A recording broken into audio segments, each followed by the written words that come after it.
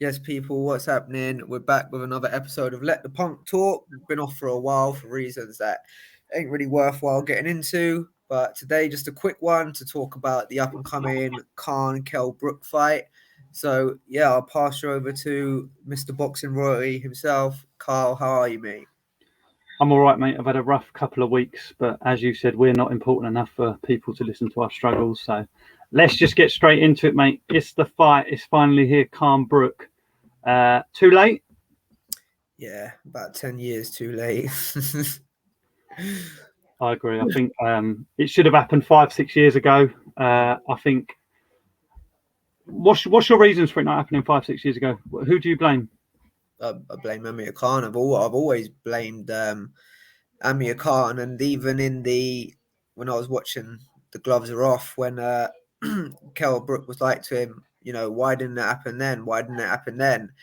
And Khan's answer was just like, well, it's happening now. It's happening now, which shows me, like he didn't have an answer to why it wasn't happening then, which shows me again that it was his reasonings why it wasn't happening. If you can't answer a simple question to like that, to like why didn't it happen then? Like, I mean, you could even lie off the back of you could just lie off of that and just be like, well, promoters got in the way, contracts got in the way, this, that, like, but all he was saying was it's happening now, which just shows me that it was always his fault, which I always knew it was in the first place anyway.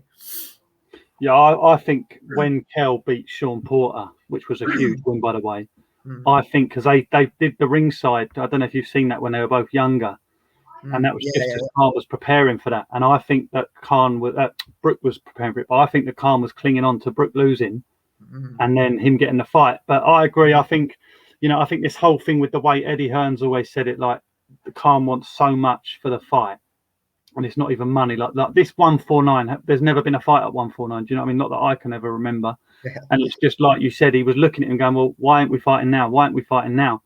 I just hope fucking Brook does him, mate. I really do. I love Amir Khan. I remember watching him when he come past the Olympics, but in recent years he's just become a bit of a dick, and to be honest, he's nicking the strawberries. I'm a celebrity didn't help either, but that's another story.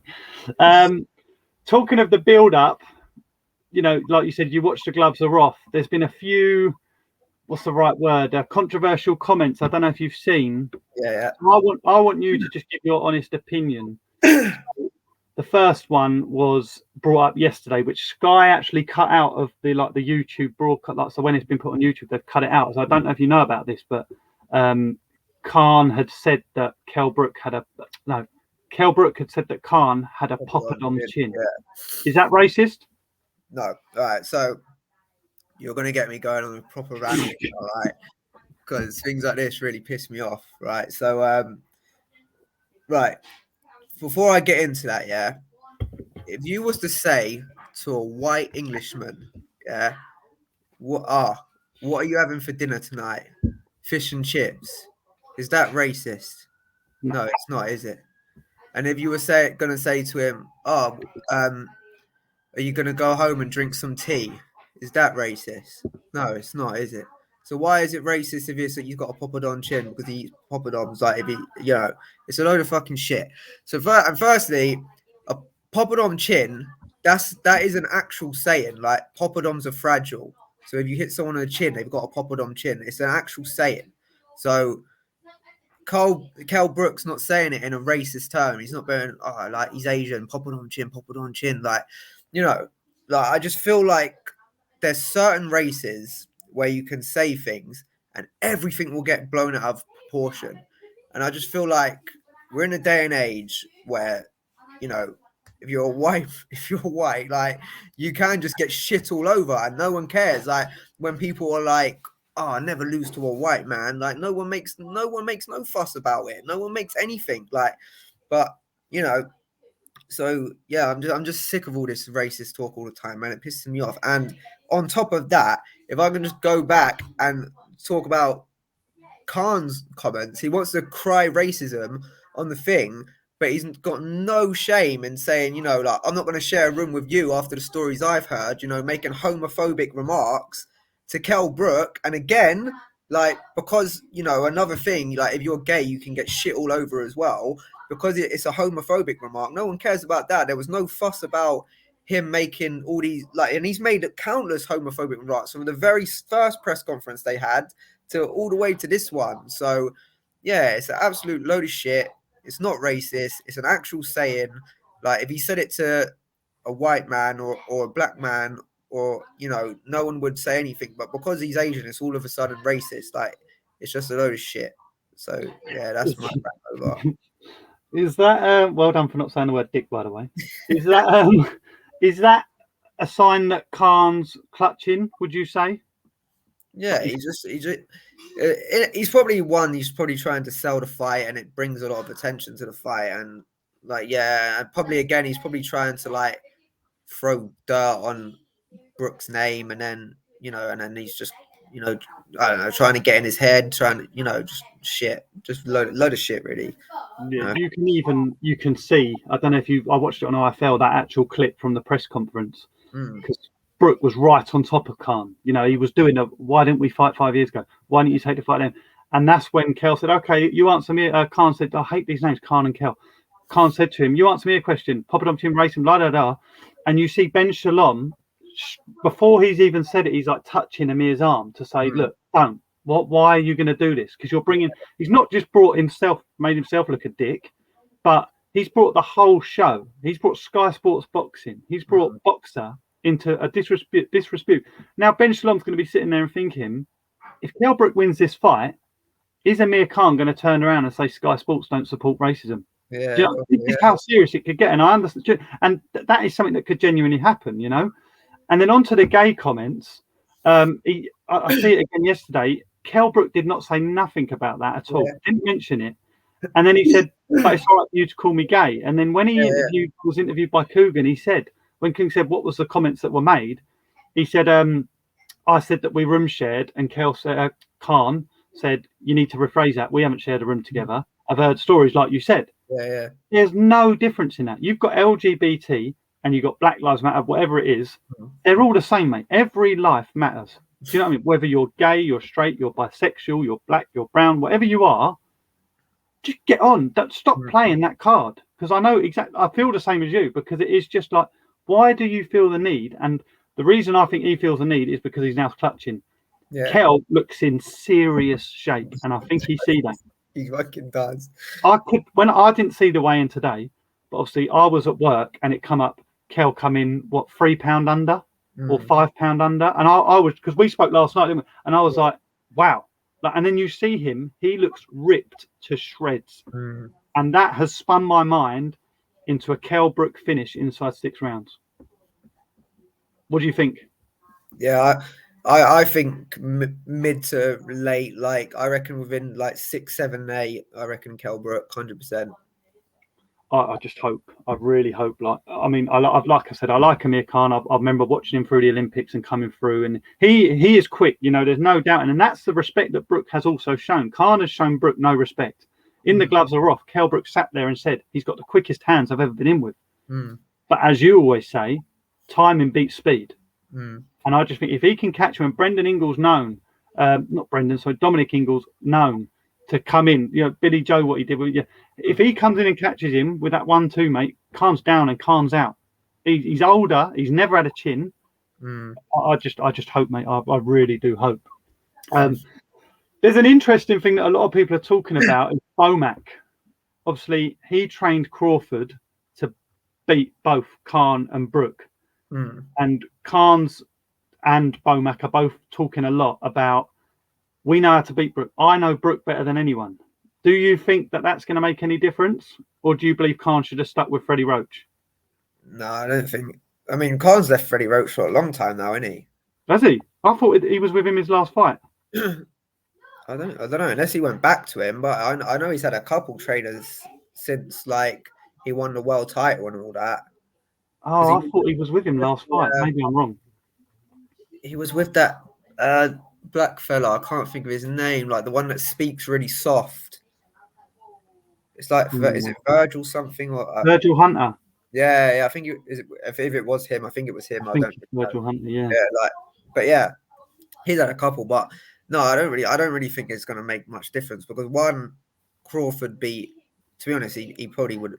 Well, I believe he definitely would have beat Khan anyway. But like, he beat an old Kell Brook and he beat an old Khan.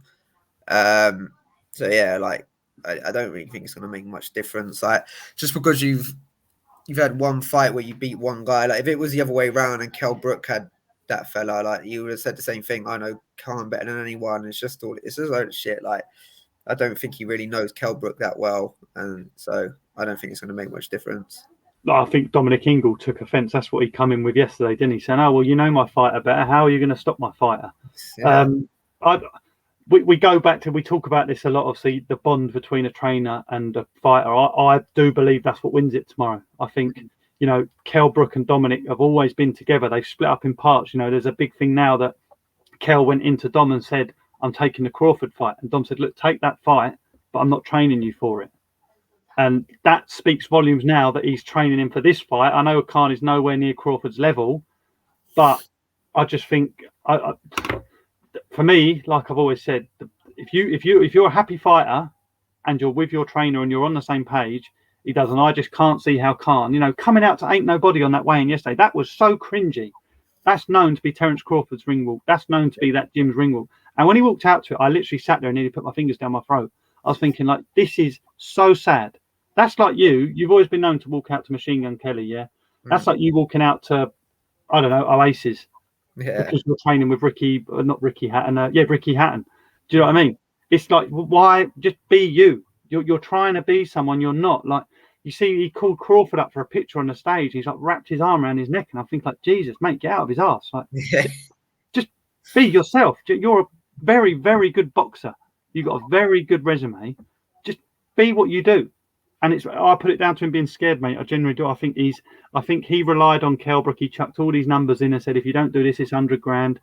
And I think he's now scared. I think he's seen it and he's cacking it. But talking of the weight, obviously we know that there's £100,000 for every pound they weigh over tomorrow because they've got this £10 limit, whatever it is. I don't know the exact number. Do you think Kell will put on anything, or do you think he'll sit at where he's at? Well, I mean, he's not going to sit at where he's at. He'll definitely rehydrate and all that. But do you think he'll shoot, or do you think he'll just level type thing? Don't know. I mean, Kell's a big guy, man. Like when you see him, like when he's at a camp, like Kell's massive. So I think he needs to rehydrate, and he just really sometimes you've got to rehydrate to where you feel good, regardless if there's some kind of restriction on it or not, because it's going to affect your performance. So I don't know if he feels comfortable within that limit, and yeah, to be honest, I don't see him breaking it. I think he's going to be professional and stick to it, but hopefully it just doesn't affect his performance. You can just imagine his interview afterwards. If he doesn't break the 149, stays in that limit, he says, "Amir, I told you so. I done you." But that's my one worry, is that the weight's going to ruin the fight, because Amir Khan's always fought around 147. Do you know what I mean? 140, 147. I just hope that it doesn't go past 5 and have a tear up, and then Kell gets up and he's just absolutely knackered. Because if he is, everyone's been proven right. Do you know what I mean? All these other Frank Warren, Eddie Hearn have all said it's going to go the way it's going to go, and I pray to God it doesn't. But who would you say has had the best career? I hear a lot of people saying Amir Khan. I don't agree with that. Mate, do you know what? Sometimes people give me a lot of hate for this, but I think Khan has one of the most overrated resumes of all time. And funny enough, I got his box rec up just for this thing. Yeah, I'm just gonna go through it right from I'll start from past Prescott, because that's when his career he started to fight people. So the first notable name would be Barrera. Barrera was way, way, way past it. Come out of retirement. Don't get me wrong, for a kid of his age, it's a good step up. It was a good fight to take, but it was a fight that you knew he was going to win at that stage of his career. So it's a good win, but it's not a win that you would really look at and be like, what a win, what a great win, this, that. And people really hyped that win up, but it wasn't all that. Then he thought that he's got his first world title fight. To be honest, I think they try and overhype that guy. I don't know who he is. He never really well, to be honest, I think he did beat Marcus Madonna, but it's just a different story getting into Marcus Madonna. But yeah, yeah, like he wasn't that great. He lost to pretty much anyone else at like a high, like an A level fighter, even like a B plus fighter. He lost to them. Then he fought that like Dimitri Jewish fella. I've never heard of him. Never did anything. Never did anything since. Don't know how he got a world title fight. One person I'll give him credit for, but I'm going to give him credit, but then I'm not going to give him credit. But like, he beat Paulie Malignaggi, and don't get me wrong, I fucking rate Paulie Malignaggi so highly. I think if he just had average power, I genuinely believe that Paulie Malignaggi would have been like pound for pound, like up there. But having said that, he was tailor made for Khan because he has no power. But fair play, it is a good win. So I'll give him that. Then he fought Marcus Madonna. To be honest, that's one of the best fights I've ever seen. Again, like don't get me wrong, it is a great win. Yeah, it's the best win of his career. But I do feel like Marcus Madonna was kind of one of them guys that like he didn't really beat anyone that like amazing as far as I'm aware. He had some good. He gave Floyd Mayweather a good fight. Like he gave people good fights, but he did lose most of them. Like kind of like high level fight. Yeah. Then he fought that Irish fella. Like again, he shouldn't have really had a world title fight, but I think it was a mandatory. Beat Zab Judah again. Zab Judah way past it. Coming out of retirement, like I think he was like pushing 40 nearly at that time, but like yeah, so yeah. Then he got absolutely battered by Peterson. But yeah, okay, he was on. To be honest, I'm going to say he was on drugs, but steroids. But again, my kind of argument to that now is like he was on steroids, but so is everyone else, so it doesn't really make much difference. So yeah, like. But yeah, and then they tried to say things like the judge and all that. No, like Peterson absolutely battered him from pillar to post. Yeah, like then he fought Garcia, got absolutely wiped the floor by Garcia. Then like obviously he had to take backward steps and kind of like he had a real hard fight with that Diaz, which was like he got dropped. It was close. Like again, I didn't watch it. It could have went either way. Then he was just coming up. He was kind of fighting like old fighters, really. He beat Devin Alexander. Mate, do you know what?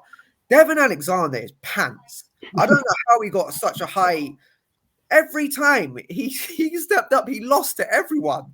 But he was just classed as like some American wonder guy. Like I've never seen it. Never seen it. Yeah.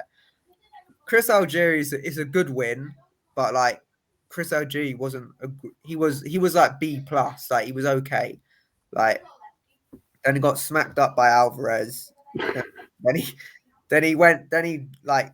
But to be fair, Khan was probably past it by this point anyway. But like he got smacked up by Alvarez. Then he fought someone like on a comeback fight. He really struggled against that Vargas. That kind of Ben like just blasted out. Then he quit against Crawford. And then he beat Billy Dibb, who was like a good fighter back in the day, but again, like way past it. So yeah, that is my like assessment on Khan's career. So I don't think it's as good as people make out. And like people are going to be like, "Oh, you're just a hater, you're hot," but I'm not. I'm just being very realistic when I look at his resume. But yeah, having said that, Kell Brook's not exactly been in there with until we really got to Porter. He wasn't really in there with that many. He had a couple hard, like relatively decent, like Carl Jones, like Frankie Gavin. But again, Frankie Gavin was never really world level. Well, having said that, he was, but he just didn't have the dedication. But yeah, but because of that, he was never world level. Like so, yeah. But on paper, Khan has probably been in with the more established names, whether they were past it or in their prime, whatever. So yeah, I would say Khan probably has the better resume on paper, but I feel like the Porter win was probably the best out of all the wins that you would go through. I think Porter was the best one on there. Yeah, I don't think many expected him to beat Porter. Do you know what? I actually thought Porter won that fight. I didn't watch it live. I was young at the time, and my thing would be different. I would need to rewatch it, but at the time, I remember thinking Porter won the fight. That's fair. But if you go off their best 4 opponents each, you think Khan has fought Canelo, Crawford, Danny Garcia, and who was the other one? I wrote it down. Garcia, Crawford, and I can't say his name. The one you just said, that Mungia, whatever his name is. Yeah. And then you go off of Brook. He's fought Crawford, GGG, Spence, and Porter. I would say in the top 4, Brooks. I know he got sparked in 3 of them. But did he get sparked in 3? Yeah, he did get sparked in 3 of them. But I'm just a massive Kell Brook fanboy. I love him. I think he's brilliant. I'm a Kell Brook fan as well. I pray everything, fingers, toes, arms, legs, whatever I can get crossed, because I just can't bear to see Amir Khan on them ropes at the end saying, "I told you so, I told you so." Yeah. Like, do you know what I mean? It's just ridiculous. But someone asked me at work today, and it got me thinking. Do you think either fighter carries on after this fight? I feel like the Conor Benn fight is going to be there for both of them. Whoever wins, or maybe they could even get.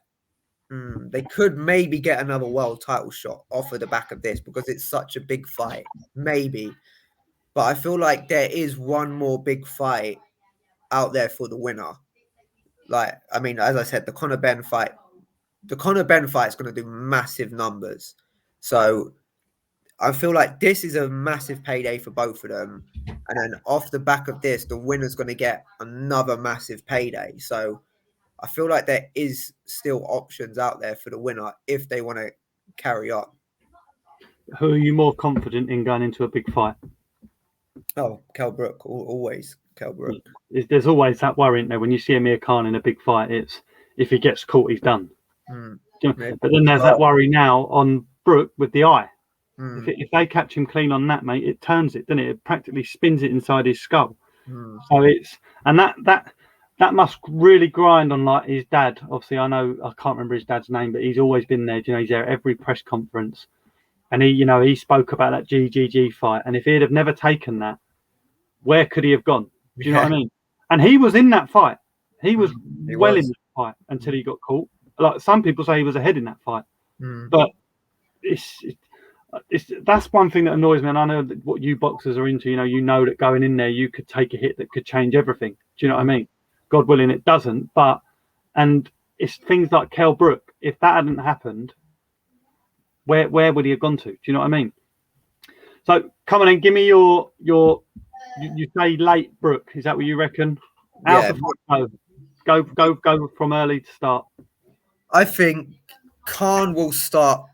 I reckon Khan will nick the first 2 to 3 rounds because he's so like blistering hand speed, and it's that no matter how good of a boxer you are with speed like Khan's, it always going to take you a couple rounds to adjust to it and find the timing and start slipping in shots and so on and so forth. So I reckon it's going to be hard for the first, as I said, 2-3 rounds for Brook. But then when I think he starts to, measure it, he starts to find his timing, landing shots, kind of literally how the Alvarez fight went. Yeah. So when Khan fought Alvarez. And then, I just think Brook starts to come forward then, starts to pick him off, starts to land, starts to hurt him. And I reckon from like the mid to late is where he's going to land the big right hand and Khan will just go. My only worry is it's going to play out similar to Williams Eubank, where Khan's the Eubank and Brook's the Williams. Yeah. Where he comes out flying, knocks him down a couple of times, doesn't obviously stop him. But my only worry is that Kell Brook leaves too much to be done. But I do believe that it will end in a Brook stoppage. I think he, like I said earlier, he's got pure hatred for Amir Khan. Do you know what I mean? He's now accused him of being a racist. I just think he's going to flatten him, and I really, really, honestly, I know I keep saying I really hope he does, because I'm going to back round 7. I think I'm get home from work, find a stream, and just put a little bet on round 7. Yeah, Hopefully become rich. As I said, 6, 7, or 8. I think I might have a little look. I'll have a little look through. But talking of big fights, 3 weeks. Not long at all, mate. I say it every week. I cannot believe how quick it's coming. I know obviously you like you said, you've not been too well recently, but how's it been? You've been back in the gym, still going? Yeah, mate, it's been nice. It's been nice. Like sometimes, like when you're not well, sometimes it can be like a blessing in disguise, because you just sit at home and you rest, and it gives your body like a little, like it lets you rest, it lets you recover, and then you come back and you're kind of like flying again. And that's kind of what I felt. It's been like I've been in the gym, been flying. It's been nice. I've been enjoying it. Like like I missed it a little bit, and I'm getting, yeah, it was just really nice. Like today was a bit of a shitty day. Like sometimes that happens.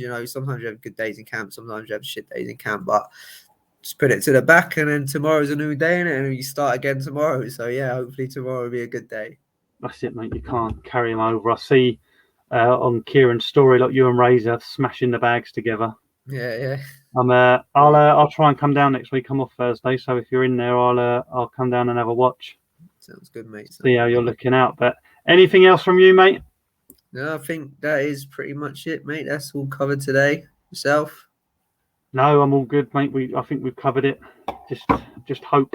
One more. I do hope Natasha Jonas wins that world title. I don't want to dwell on it, but I do hope she gets it, because I believe she beat Terry Harper in one of the greatest fights I've seen, by the way. And as much as I hate Joe Gallagher, I hope she wins it tomorrow night. She's stepping up a lot of weight. She's gone from lightweight to light welterweight. Oh, has she? Yeah, so she stepped up. I think, is that 3 weights? Hmm. So fingers crossed we come out with a Jonas and a Brook win. But yeah, that's it from me, mate. I'm all good here. Sweet, mate. Good. So we'll end it there then. Yeah, lovely. Peace, people. Take care. Yeah.